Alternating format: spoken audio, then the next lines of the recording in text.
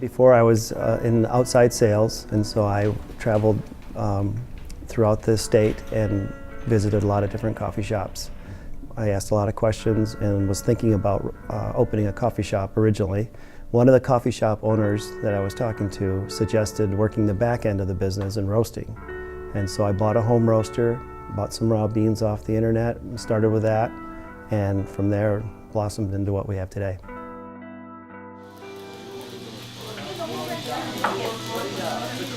When I started here, I didn't know anything about coffee. I mean, I walked in, Craig was the only person here when I came in, so I got myself a cup of coffee and I went to go put cream in it and he immediately scolded me.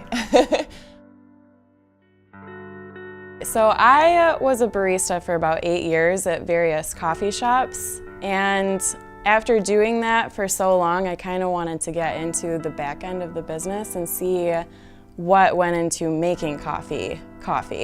I knew that it started as a green bean, but I didn't know how it got to being roasted or what went into it. So I wanted to kind of learn the whole process.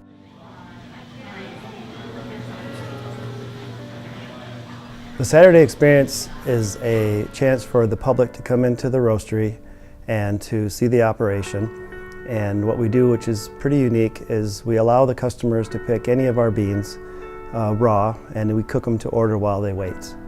And so this gives the customers a unique experience and give them a chance to try maybe some coffees they've never had before. I love the taste. Caffeine does nothing for me. I can drink a pot of coffee and go to sleep. For me, it's all about the flavor. And the food, the beer, and the coffee culture in this town is phenomenal. I grind the beans. I like the fresh whole beans. Nothing in it. I don't like sugar, nothing. I like whipped cream. I brought my own today.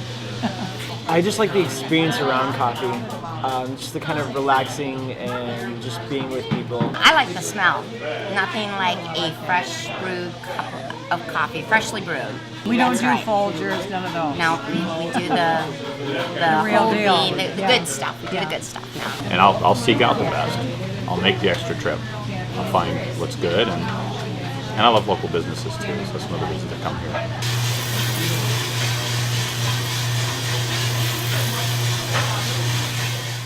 So we set the beans up here, the raw beans. We have to wait till the temperature gets up to 420. Go ahead and drop them in.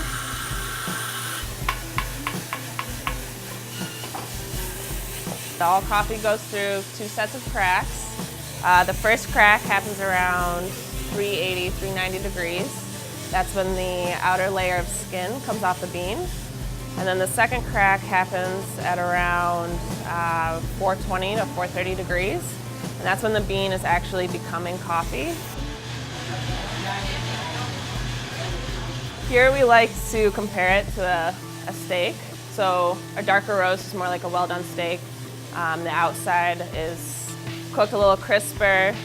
You don't get as much flavor, whereas in the medium roast, it will hold on more of the beans' innate flavor. You also have more caffeine because you're not cooking that out of it. We try to keep it at a nice steady pace. You don't want the beans to cook too fast or too hot.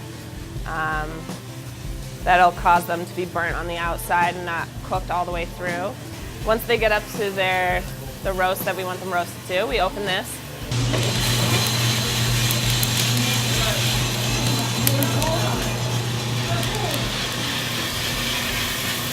This is the cooling tray. It spins them around and it pulls air from the room and over the beans to cool them down.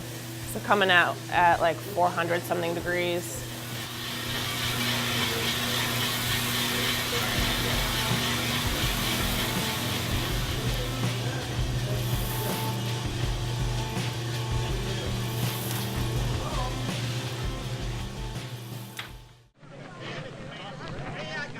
This is perfect.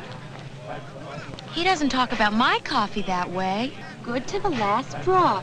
Maxwell House is always good. Try some yourself. Thanks.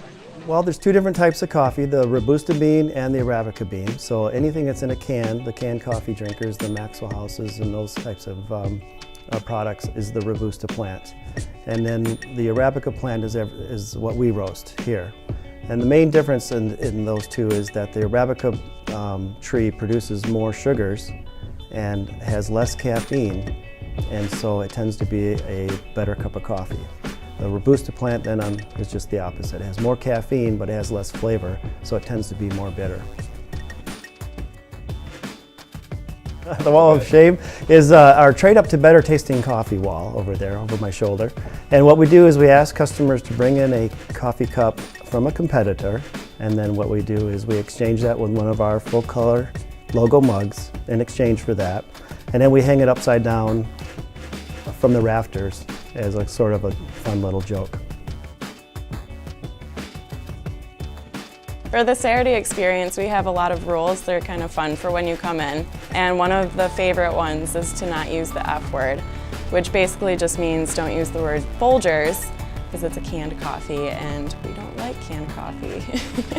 The mannequins came from Blue Turtle Books downstairs. He was not using them, so I bought some t-shirts for the company and the coffee crew, and we decided to put the t-shirts on the mannequins, and then once we did that, now it's been kind of a joke. Sometimes, this is so awkward to explain.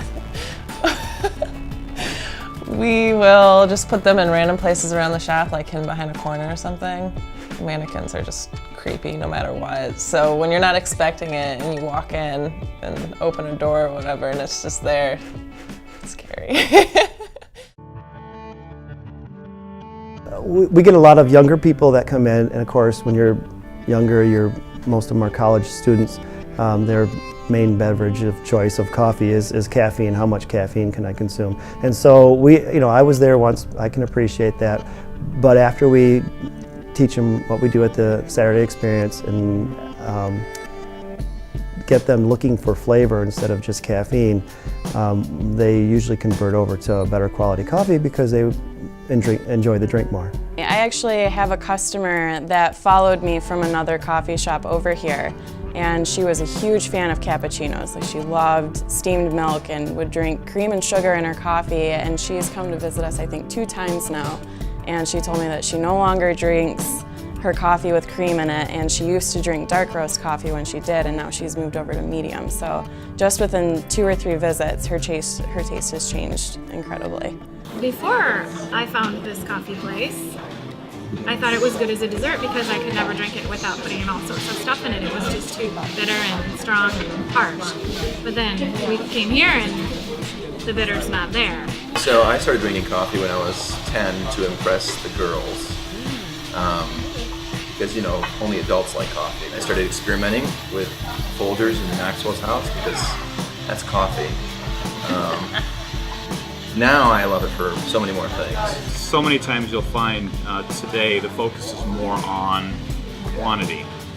At the sacrifice of something, and that's usually quality. If you're going to push out volume of a product, there has to be a sacrifice. And as I said, that sacrifice is usually quality of the product. One of our advantages of being the small roaster is that we can buy better beans than the big guys. The culture, I think, in Grand Rapids is changing, and there's a better appreciation, and I think the beers and the breweries around town are helping that too. The goal is to educate the customers, the average consumer, about why we do what we do, and to get them to think about not drinking coffee out of a can, and to getting to better quality coffee.